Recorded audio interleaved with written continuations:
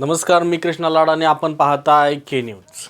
लोकशाहीतील महत्त्वाचा असणारा घटक म्हणजे ही निवडणूक आणि यातीलच एक स्थानिक स्वराज्य संस्थेची अर्थात जिल्हा परिषद आणि पंचायत समितीची निवडणूक आज पार पडली।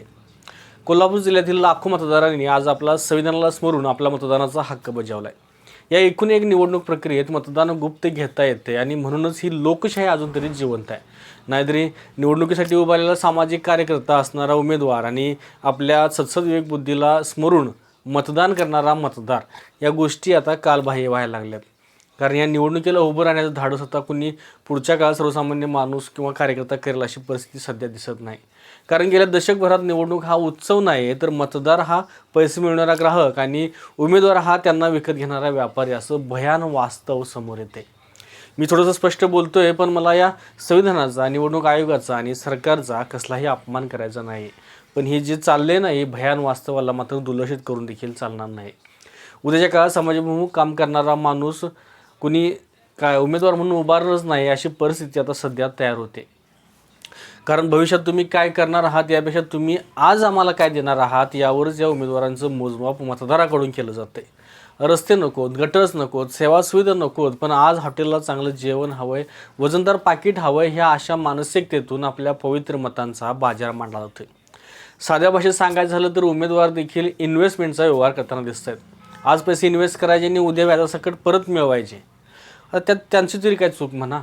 मतदार जर स्वतःला विकण्यासाठी बाजारात बसला असेल तर त्याला कोणतरी गिराईक तर भेटायला हवंय आणि तेच काम हे उमेदवार करतायत। एका बाजूला हे भयान वास्तव असलं तरी देखील दुसऱ्या बाजूला मात्र ही निवडणूक अनेकांना संधी देखील असते। अगदी मांडवापासून कॅटरर्सपर्यंत, छपाईपासून वाटण्यापर्यंत, गाड्यांपासून घोड्यांपर्यंत आणि खुर्च्यांपासून टेबलापर्यंत अनेकांना यातून रोजगार देखील मिळतोय। तात्पुरता का असेना पण थोडासा का असेना इन्कम सोर्स होतोय।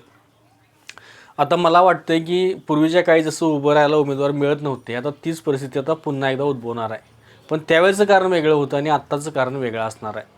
त्यावेळी जर बघितलं तर लोक नेतृत्व करायला घाबरायचे आणि आता निवडणुकीच्या खर्चाला घाबरणार आहेत।